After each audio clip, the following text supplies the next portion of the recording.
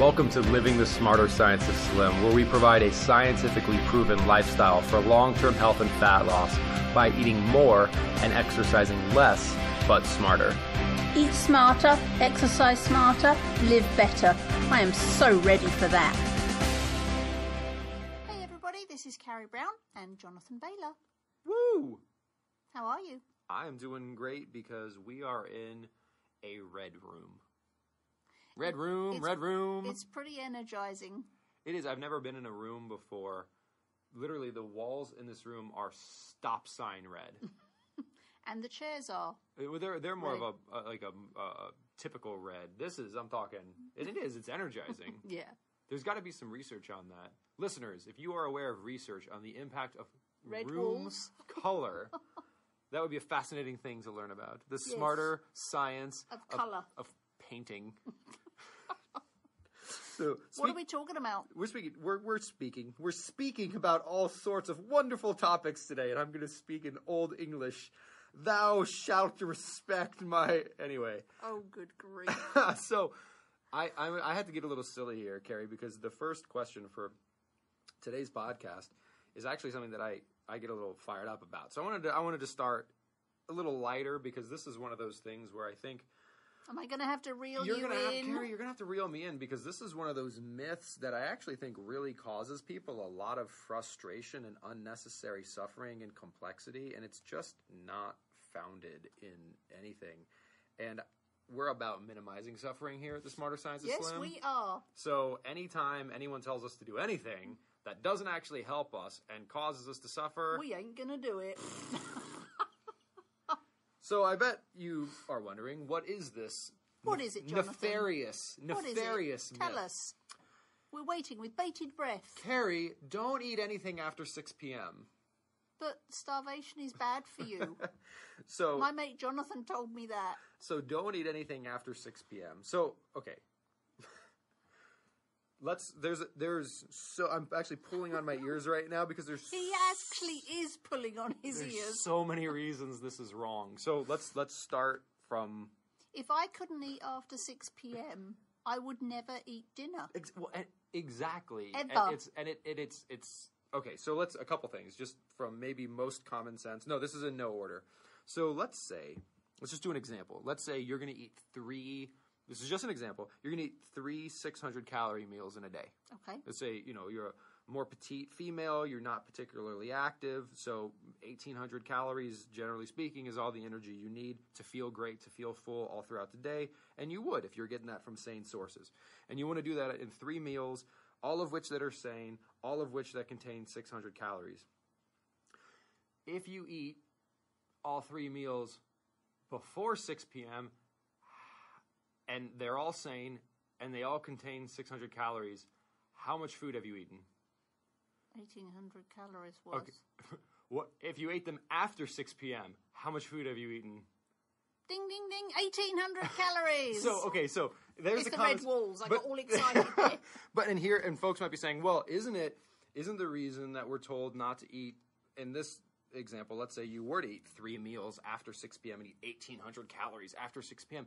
Well, isn't it that our metabolism slows down at night? Therefore, we're much more likely to store those 800 calories as fat.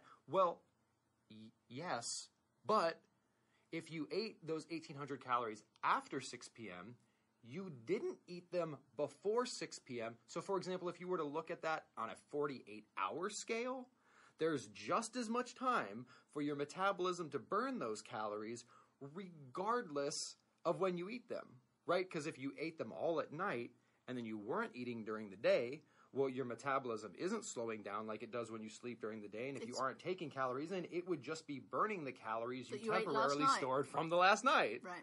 So, again, it's this artificial, and the reason I get kind of amped up on this is our body is biology. So when we take things that humans have invented, for example, 24 hours in a day, is a human invention.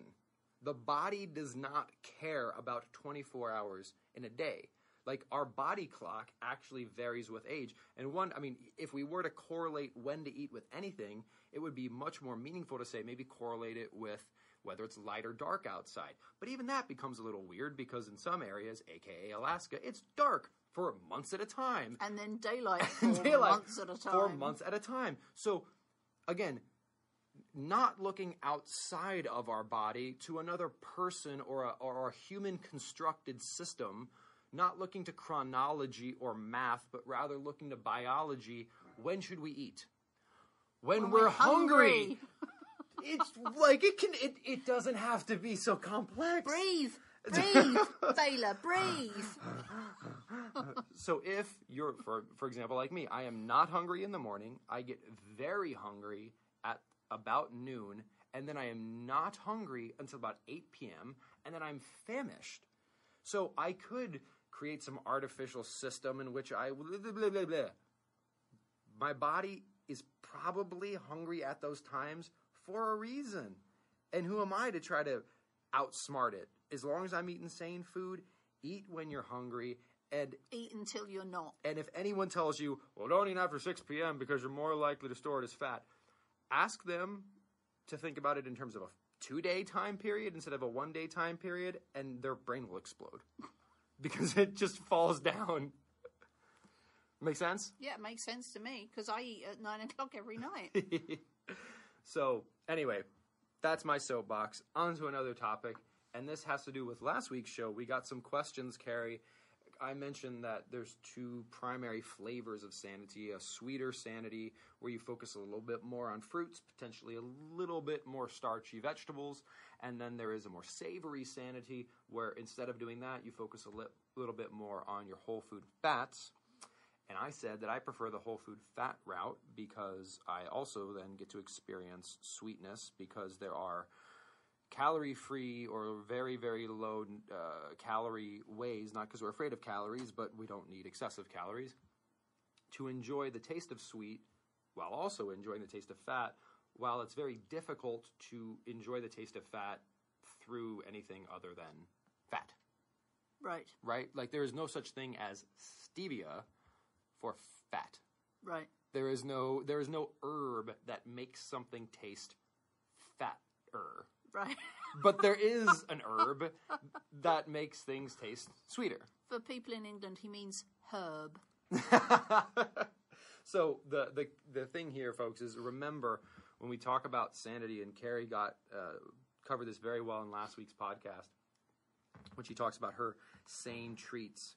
We're not talking about giving up tastes.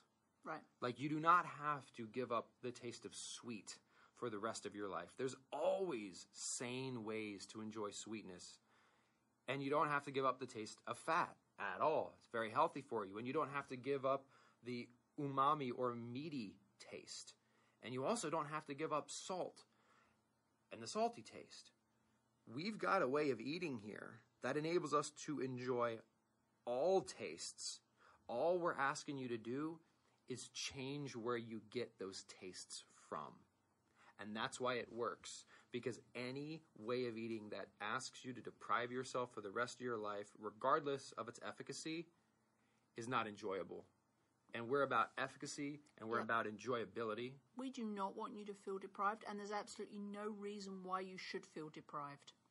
And in fact, if we want to talk about efficacy, the studies are quite clear that any non-standard American way of eating that people maintain is effective, but people don't maintain them because they're not enjoyable. So literally, you can't think of effective without asking, is it also enjoyable? Because unless you are a very, very rare individual, like one of these monks who just can do without any visceral bodily pleasure. Certainly, I am not one of those people. I don't think Carrie is either. Hell no. Then efficacy in many ways is a function of enjoyability. And the good news here is that we can enjoy sweet, just do it sanely. We can enjoy savory, just do it sanely. We can enjoy umami or a meat flavor, just do it sanely. And we can enjoy salt, just do it sanely. It's effective. It's enjoyable. I like it. When my ice creams finally get published, you will find that you will not be able to tell the difference between them and regular ice creams, and yet they are just packed with protein and healthy fats. You will not be able to taste the difference. So you do not have to give stuff up. You don't have to deny yourself. You just need to find a sane version. Carrie, this is so... I want to harp on this for a little bit because, like, truly, this is the holy grail.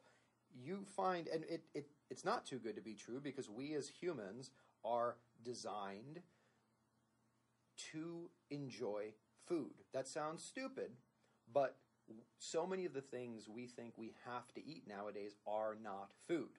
They are things that happen to be edible, but they aren't food. Food is defined as something you can find directly in nature. And there are foods that can satisfy anything that a human naturally feels.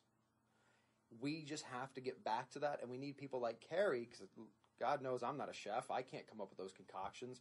But if you look at Carrie, if you look at people in the paleo community, if you look at people all over the world doing this kind of stuff, we can have our cake, literally, and eat it too. Just make it with coconut flour. Shall I smack him now or later, lovely people? And the frosting could be, you know, like you got some eggs in there and you got cake in it too. What's up? Okay. Speaking of strange ingredients. Yes. Oh, let's talk about strange ingredients. So there are a few in order to do what Jonathan's just been talking about, which is to get... Now he's just making me laugh. I am going to smack him sooner rather than later. Jonathan was just talking about how you don't have to give up the taste.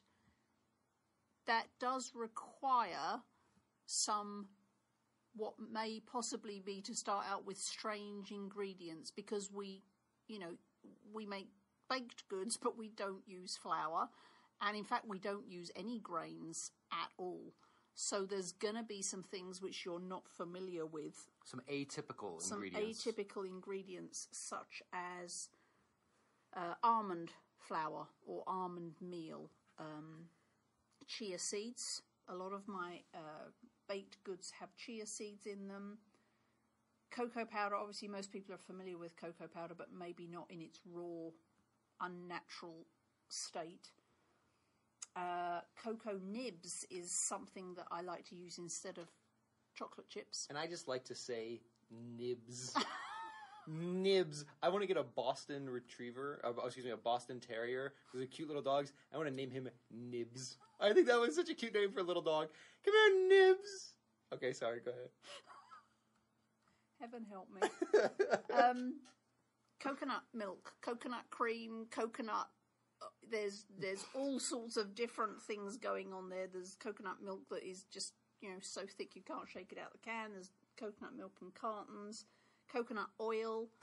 If you're not used to coconut, you can get a lot of coconut into your life by cooking my recipes.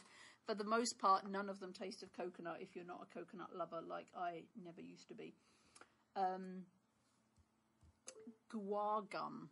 That's one of the very more stranger ingredients. Guar gum I use quite extensively because it helps create a fabulous consistency in texture. It keeps things in suspension. So, for example, some of the smoothies are a lot more smooth and they don't separate out. If you've got a smoothie with a ton of veggies in it, you'll often find that given a few minutes it'll start to separate. Guar gum added to that will stop that happening. Will give you a really creamy, milkshakey consistency for your smoothie. Xanthan gum is another gum that I use, and that's mainly used in hot applications for, it helps to strengthen the structure because you don't have the gluten in the flour or the other proteins in grains because we don't use them. So xanthan gum helps with the structure to enable you to have a cake that isn't made of a grain. Whey protein powder, I think most of you are familiar with that now. We use it a lot, but I use it a lot in baking too. and xylitol. Xylitol, you will all know by now, is my go-to sugar replacement. And you're not opposed to erythritol, right? It just doesn't work as well. I'm not opposed to erythritol. It does have a different... It doesn't taste, in my opinion, as good as xylitol, and it doesn't taste as much like sugar as xylitol does. And it also, the ratios, you actually have to do quite a bit of math to work out.